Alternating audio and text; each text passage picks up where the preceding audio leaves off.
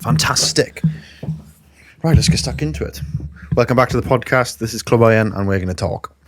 I love it. That was quite good, actually. Yeah, that's a nice intro. So, this episode, we're going to talk about how to start. Sorry, me look at me do this again.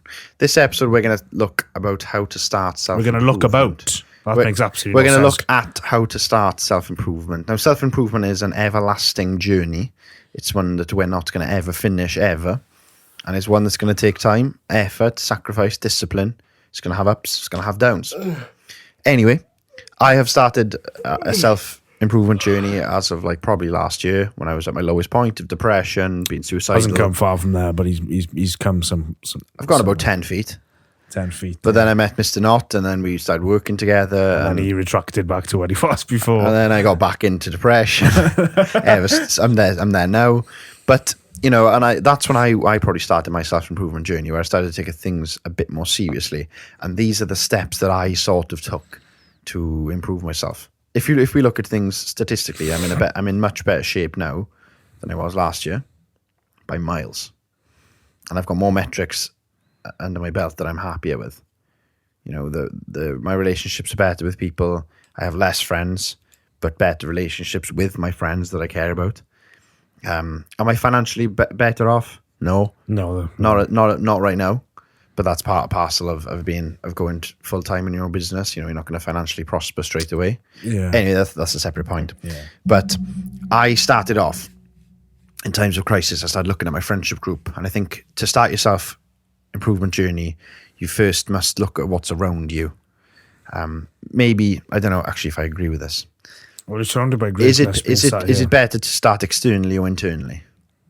I think if you start externally, but you need to elaborate on and that work because your way in. I don't see what that means. Okay, so I started off by looking at my friendship group and looking at what sort of people I can cut out that weren't good for me, but weren't in line with the progression that I wanted to make. And I think to start your self-improvement journey, you've got to start whittling down your friendship groups and whittling down your circles. Because I had loads of friends, but they're not really friends. They're just people I know or people I text and send memes to. Yeah. That doesn't mean a friend. And these are people that I've spoken to you about this before. And I was looking at your people you follow. I'm like, you don't talk to these people. And you're like, oh yeah, but I know them. Like you won't unfollow them. Because I think there's a notion, and people come up to me sometimes like, oh, you stopped following me. I'm like, we've spoken once. I don't care. You just post pictures of you in the pub anyway. Like, what value do you have to add? Even yesterday, one of my closest mates, I unfollowed him because he doesn't post anything interesting. He posts a photo of him in the mirror saying swag or something gay like that. Swag. No, he doesn't say that, but you know what I mean? It's like, I'm trying to get my following down. I'm trying to follow people that when I look at my Instagram, you can't anymore because when you look at Instagram, it's all sponsored shit these days. So it's not just the people you follow. But I follow high value people. A lot of them verified accounts. Majority of my following now are verified accounts. Big people with at least 6-figure followings. If you look at my people that I follow, there's about 360 people. Majority of them, there's a lot more now. There's a lot more martial arts related. It's crazy how you can follow and keep up actively with 360 people on Instagram. Like, that's crazy when you think about it. What do you mean? Like, you're following them and keeping up with their lives by watching their stories, interacting with their posts, liking their posts, and you're like, I don't interact with anything. You're keeping up with 360 people's lives. If I'm gonna go on Instagram, I want to see. Look, Millionaire Mentor, BBC News. I shouldn't really follow them. That's the Rudan Wolf. That's sponsored. Bloomberg Business. Martin Ford. What else we got here? Noel's Son. CrossFit. Millionaire Mentor. What else we got? Muscle Learning. Paul Hills. He's automated YouTube. Steffi Cohen. She's a beast. You know, do you see any people, any locals? People that we know locally? Andre Dayu. Oh, yeah, he's local, isn't he? Yeah, investing mentors. How many does Grant Cardone? He's from Darwin, is he? How many local boys do you know? Have you seen here? None. Sarah Davies, Dragon's Den, Jordan Peterson, Bloomberg Business, Tate, Legend London, Gordon Ramsay. None of those are people. Honestly, there's hardly anyone on that. Really annoying. ESPN, TC, Kevin. Oh yeah.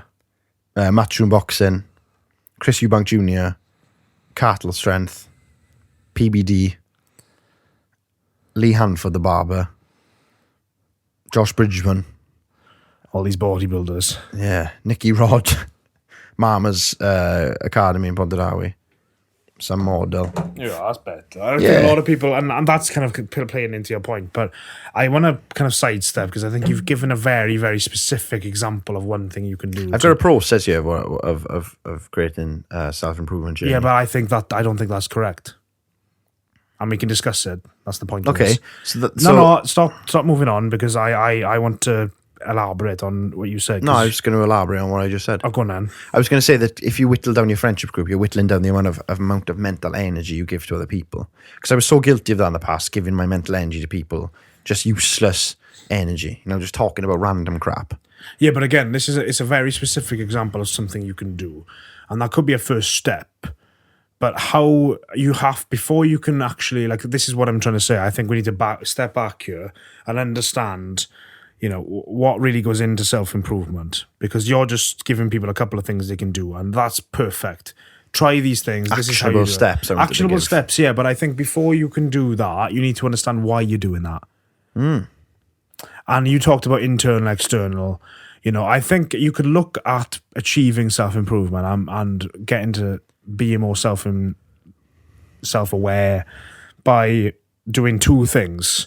You can move in a positive direction and build more positive habits, like learn to read efficiently, find efficient workflows that help you automate processes, go to the gym. I'm not talking, I know that was a very, very complex, specific example. Go to the gym, stop drinking alcohol. These are things, your monk mode sort of stuff. Yeah, I've got all that down. However, that's something you can do by moving in a positive direction. And I'm somebody who does a lot of that. But there's a second part which refers to the past and kind of things that pull you back. So so you want to move forward, and that's the easier part of self-improvement. Not building habits, but starting to do things that are good for you. Going to the gym. Yes, it's hard, but that's easier than the other thing, which is removing old programming and bad habits. So taking the weeds whittling out. down your friendship group. That's why I wanted to say it, because that's a perfect example of letting go of bad habits that aren't allowing you to improve your life, holding you back from self-improvement. Yeah. That's kind of step one. That's why I wanted to trace back, and that is a good step. Whittling down your friendship group is probably, and that's kind of part of that, an example of whittling down your friendship group and whittling down your environment, because that's all it is removing people you don't need on Instagram. Because I refuse to believe somebody who isn't self-aware and isn't successful, who is interested in self-improvement, is probably currently wasting a lot of time on Instagram, like I do a lot. And all you have to do is click on the Reels section. I know TikTok is kind of the same, but I don't use TikTok. I just look at Instagram Reels. So you click on the Reels section and you can scroll for ages, and I do. But you've got to remove the kind of the negative before you can embrace the positive in self-improvement. Like, people always want to move too fast, and I'm the perfect example of this. I'm still hanging around with people who just work 9 to 5 and always want to go on holiday and just want to go to the pub on a weekend, and that's a large part of my friendship group.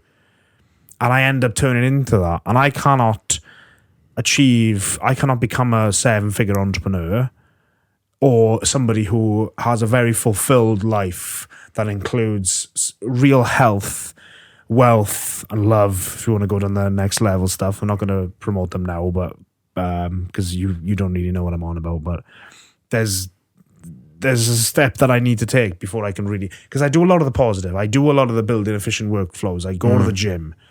However, there's a lot of bad habits in my life that are pulling me back. It's like a resistance pattern. It's like I was telling you, and I don't want to get into this. You're stretching out and then coming back in. It was about the personal stuff you've got going on that's holding you back from achieving self-improvement. Stuff that you were trying to skip over. You're trying your best not to yawn there. I can see the energy that you're putting into that. There's things holding you back, like I think maybe personal trauma that you haven't solved, you haven't closed that, you haven't drawn a line under it, you've left it, and you've thought, do you know what, fuck it, if I try and be positive and promote self-improvement, maybe this will go away. But there are things, removing bad habits, and not just habits, but removing negative aspects of your life, and sort of, you've got to sort of like deprogram yourself. Yeah, and reprogram yourself. You've got to firstly accept that in order to improve, firstly you have to, because you can't add on to a life that isn't working. You can't give what you haven't If your got. life isn't working, if your daily schedule isn't working, this is what I'm telling you. This is kind of what the last episode spoke to. There's a lot of things that I think you're not optimizing correctly. And I'm not going to turn this into another one of yesterday's. I'm not. But there's a lot of things that I don't think you're optimizing correctly. There's a lot of people that aren't optimizing things correctly in their life. So what makes you think that you can add more to that life and get better? That's just going to overload you. You're already overwhelmed. So how can you think you can add? You can't add yet. Remove first. Yeah. And remove or change. You know, you could adapt a habit, like change your friendship group. You know, you could remove a couple of people from a friendship group that are really bad for you. Keep one person because you know that you don't want to isolate yourself completely. You've got somebody who you don't think is negative for you. I'm sure everyone's got an example of that. That's the thing, see, but that's okay. I think that's okay. You shouldn't, if people get offended by you removing them from your life because they're not beneficial for you, that's okay. Yeah, but it's because people focus on the positive, the progression of self-improvement in terms of the things you can do to push yourself forward, the things you can add to your life that'll drastically improve, like, you know, investing in yourself financially, buying courses, stuff like that. That's fun. That's like exciting. There's an exciting nature to that. What's not exciting is having to tell a friendship group that they're holding you back and you've got to let them go. I've done it. That's not exciting. What's exciting is buying a book on self-improvement and reading it. And putting it on your story on Instagram. Yeah, and people do that. They pretend to self-improve by trying to create new habits, by showing people that they're creating new habits. You cannot start to do that. This is the point, and I'm going to let you jump in now. You cannot start to do that. The stuff that Matthew's got here that he wants to walk us through, you can't do those things. There's no point, and one of them is actually an example of removing bad anyway. But you can't start to build new without removing old. That's kind of the point. If you just look, if I had to analogize it, a ship cannot sail whilst being anchored to shore. Well, I don't know. You haven't seen my ships. Anyway, that was a joke. But you cannot move to the future if you're held back by the past, and that's something that I've sort of learned to accept now. Is that you cannot be moving into the future if the past still defines who you are and what you do. I think that's a key part of self-improvement is realizing that the past is the past and you must propel yourself forward to achieve any sort of greatness ever. And I think the ditching old friends and old habits is probably the best place to start with self-improvement because you're cutting ties with the old part of yourself. You know, there's been loads of people who have done this. Hamza, Jack Hopkins. Yeah, people who are fucking killing it now. They've both spoke to it, said that they've had to just cut people out. Is it nice? No. Yeah. Is it pleasant? No. Yeah, I think of the big picture as well. It's not just people, it's anything bad in your life. And I'm going to come clean and say I haven't managed to do this yet. I'm trying now again. I haven't managed to do it. I haven't managed to tell myself, me going out and drinking alcohol is holding me back drastically. It's the single most impactful thing on my life. So me going out and drinking is holding me back. How can I possibly say that I'm actively self-improving when I refuse self-destructing? Yeah, that's what it is. And I'm adding more, but I'm not removing. I'm not removing the bad things in my life. Not all of them, anyway. And it's mainly things like instant gratification. I think self-improvement starts with the removal of temptation in your life. You got to go into monk mode. If you're like me, well, not like me. You're an all or nothing person now. Well, yeah, I think so, and I think that's the best way to be. I couldn't think of living a consistently okay life. That scares the shit out of me. It scares the absolute shit out of me. I would prefer. I would prefer to go out on a 40-hour bender and then work 16 hours a day for 2 weeks than work 7 hours a day every single day. I honestly, it scares the shit out of me being mediocre like that. and I'm not saying mediocre, it depends what you do in those 7 hours. You know, you could be achieving serious greatness in those 7 hours. But I just, it scares me being normal. I don't want to be normal. I want to be somebody who's normal. Like, and I live on the edges of society, but I live on both ends of the edges of society. That's the problem with me, is that I live like a millionaire without the financial stuff a millionaire has. I like have the mindset of a millionaire. I like to read. But then I also I also spend a lot of my Sunday mornings in Morva. In Taz's house, doing privates. In Taz's house, rolling, yeah. That's crazy, actually, when you think about that. It's true. I've always said this. I'm a perfect example of somebody who is programmed a lot to do the negative stuff, and I love the substance stuff, like I'll smoke, I'll drink, I'll always abuse that. I'm not somebody who can have 1 or 2 pints. As I said, that's what normal people would do.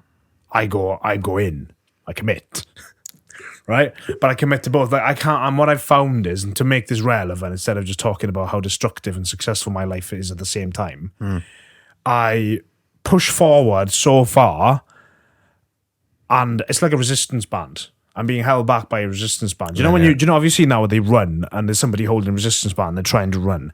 I'm running against that, and then I'm finding a point where I cannot add any more positive habits until I remove the bar. No. So I get pulled right back, and I'm like, fuck, and then you got to start again.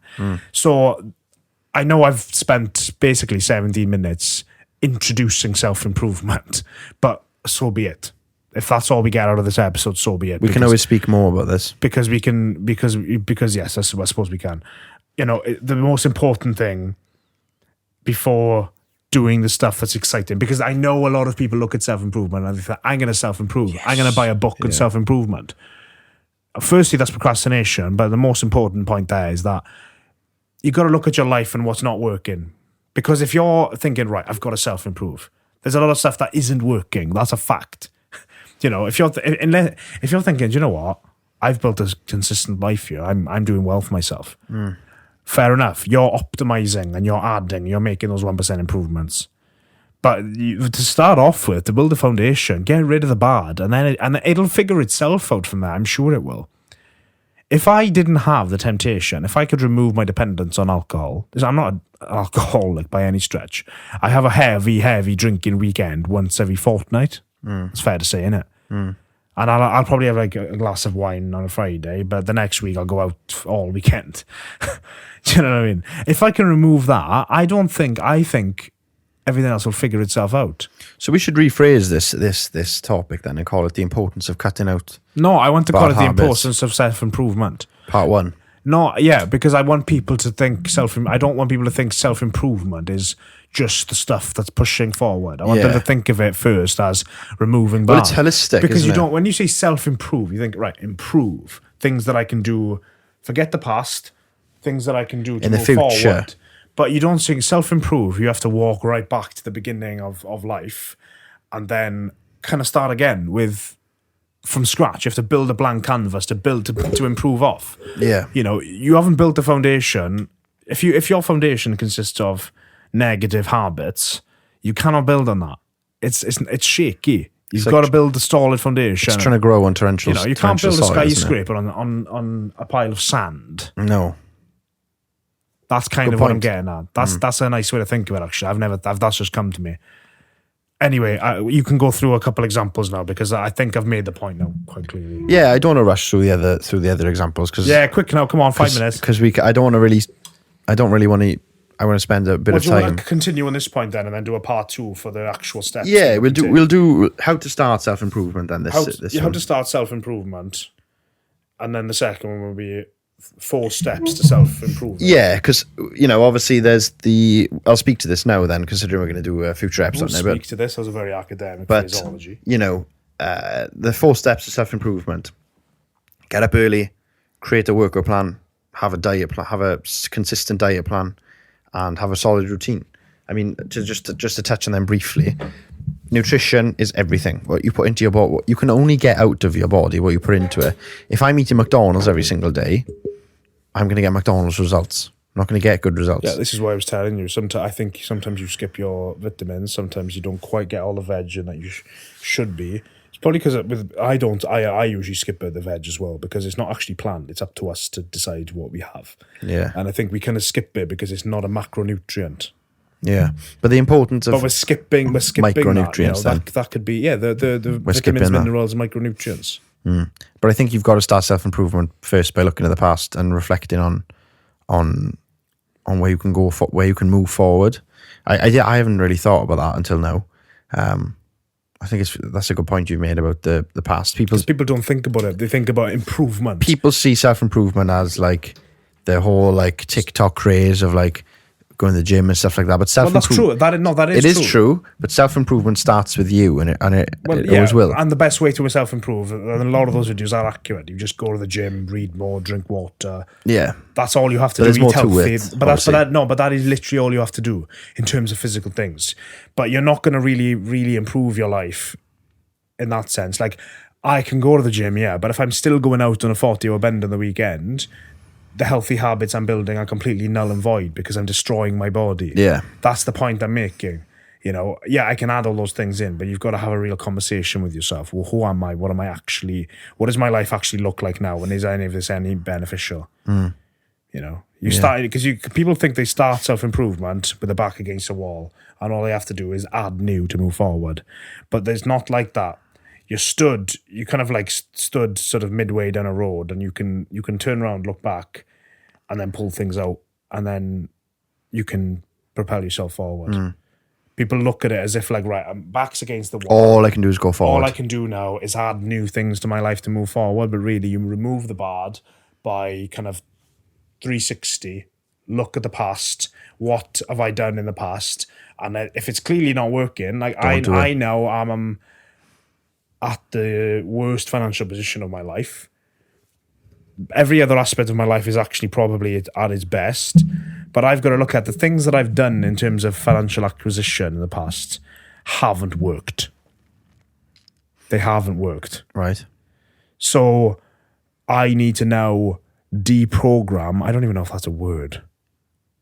I need to deprogram, unprogram, and install a lot of the ideas that I had about financial acquisition. And yes, it might work for a lot of people, but what I've done hasn't worked. You know, I've done it for 3 or 4 years. I've been interested in investing and building financial wealth, and it's not worked. So I got to look at myself. Like, the real reason probably is because I'm spending a lot of my money on instant gratification. So how do I build financial wealth moving forward? It's not going to be, Forex trading. No, I need to build a business. Build a business, but what can I do there? Okay, if I'm spending a lot of money on going out, I need to stop doing that. And then what that does is that stops me from investing in unhealthy habits. You can invest in new camera kits, stuff like that. Just by stopping going drinking, I self-improve financially, drastically, and in terms of health, and in terms of cognition, because I won't be hungover, which means my business will build. You see how much self-improvement I've created just by saying what I've done in the past with money hasn't worked. It's a snowball effect, isn't it? Instead of me trying to learn something new about money, what I've done is I've gone, right, how can I remove something, a negative habit that has stopped me from building financial wealth? That's step one. And if there's literally nothing and you save every penny you have and you have 30 grand in a current account, use it. And look, I haven't been able to build huge financial wealth. You know, the interest the bank's giving me isn't working. Right. They're shit anyway. You shouldn't put your money there. So what you need to do now is learn where to put it. And if you're 21, 19, I thought I should put it in the S&P 500. No, wrong. You're too young. You need big money to do that, to build wealth doing that. You'll be working 40 years in a 9 to 5 before you have £1 million to retire in with that account. So you need to invest that in yourself, buy courses, learn skills. Skill acquisition. And I'm giving you specific examples because I want to kind of give a context because I've kind of spoken very philosophically about it. You know, and that's what you would do. So just by you saying, right, I've saved up a lot of money, I'm good at that, but I haven't built real financial wealth for myself. How do I do that? And instead of thinking, right, well, I've got this far, things are working, if you're in a position where you're thinking, how can I actually get rich now? You need to forget what you've done in the past because it clearly hasn't worked. It hasn't worked. That's the point I'm making. It's not working. So start with accepting that you are shit. You have been shit at achieving that. I have been shit at achieving discipline. There was a point where I thought I was very disciplined, and that was completely false. I was lying to myself. And how was I ever going to be able to self-improve if I wasn't prepared to accept that what I've done in the past wasn't working? That is the message.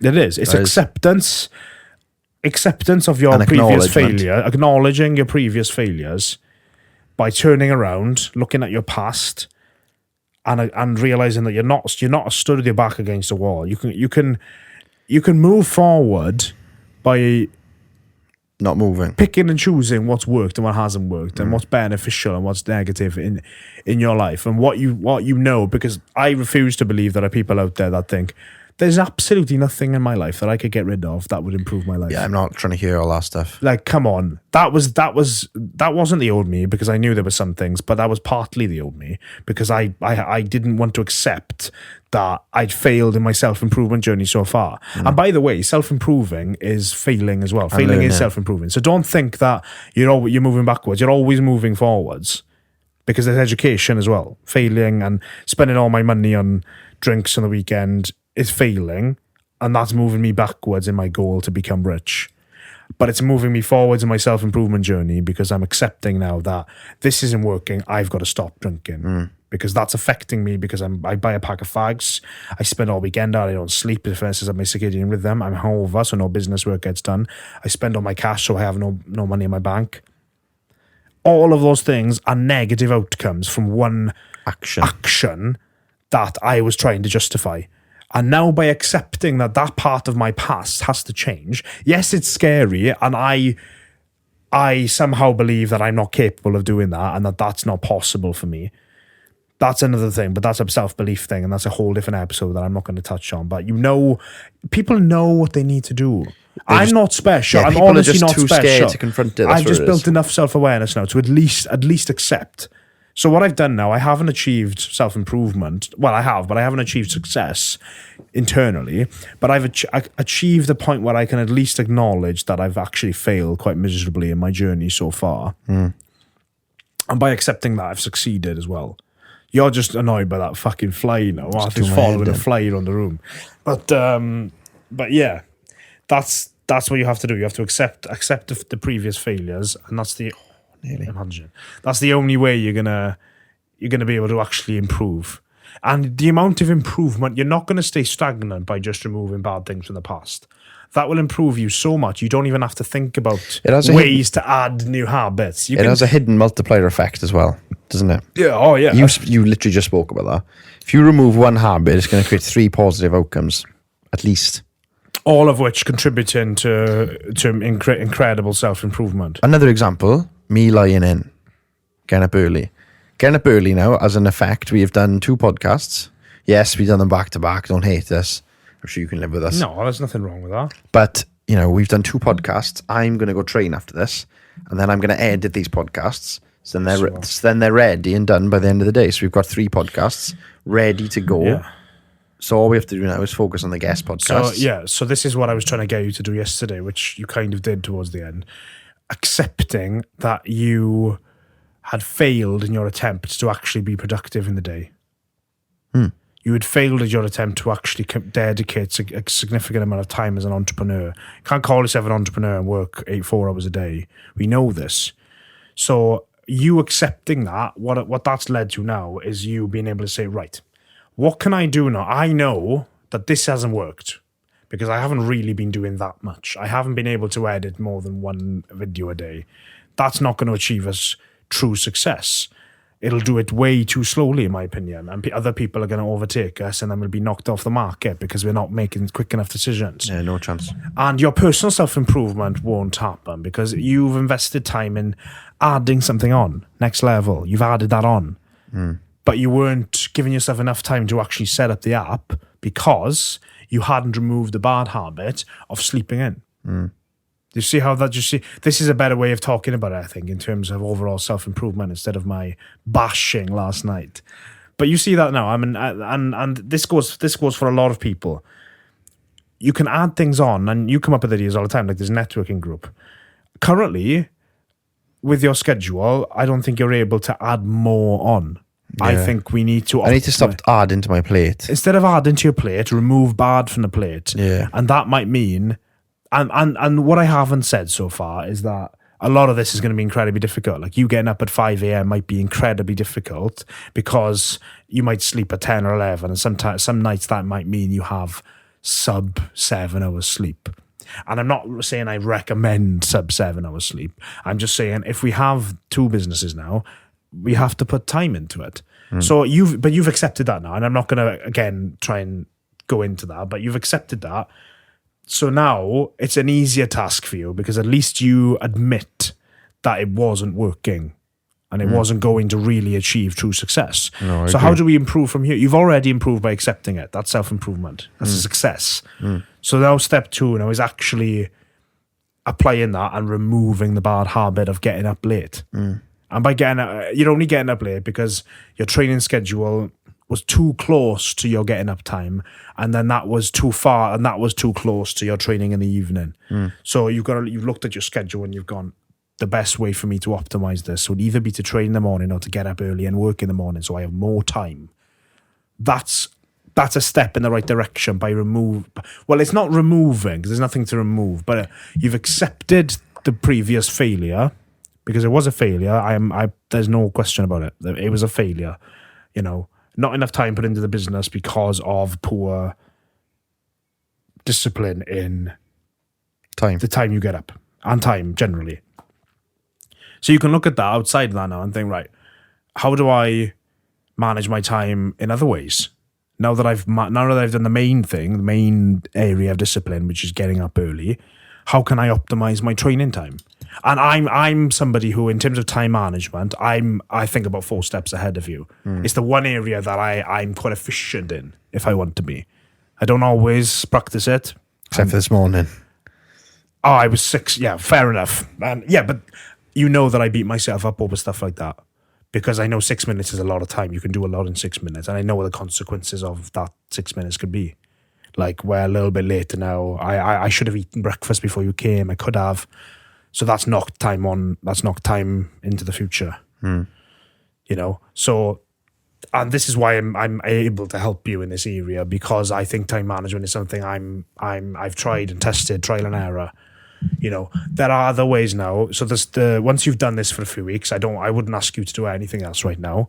So your self-improvement journey includes better time management, because you know that you need to put more time into the business, but you're not willing to sacrifice the gym. That's fine.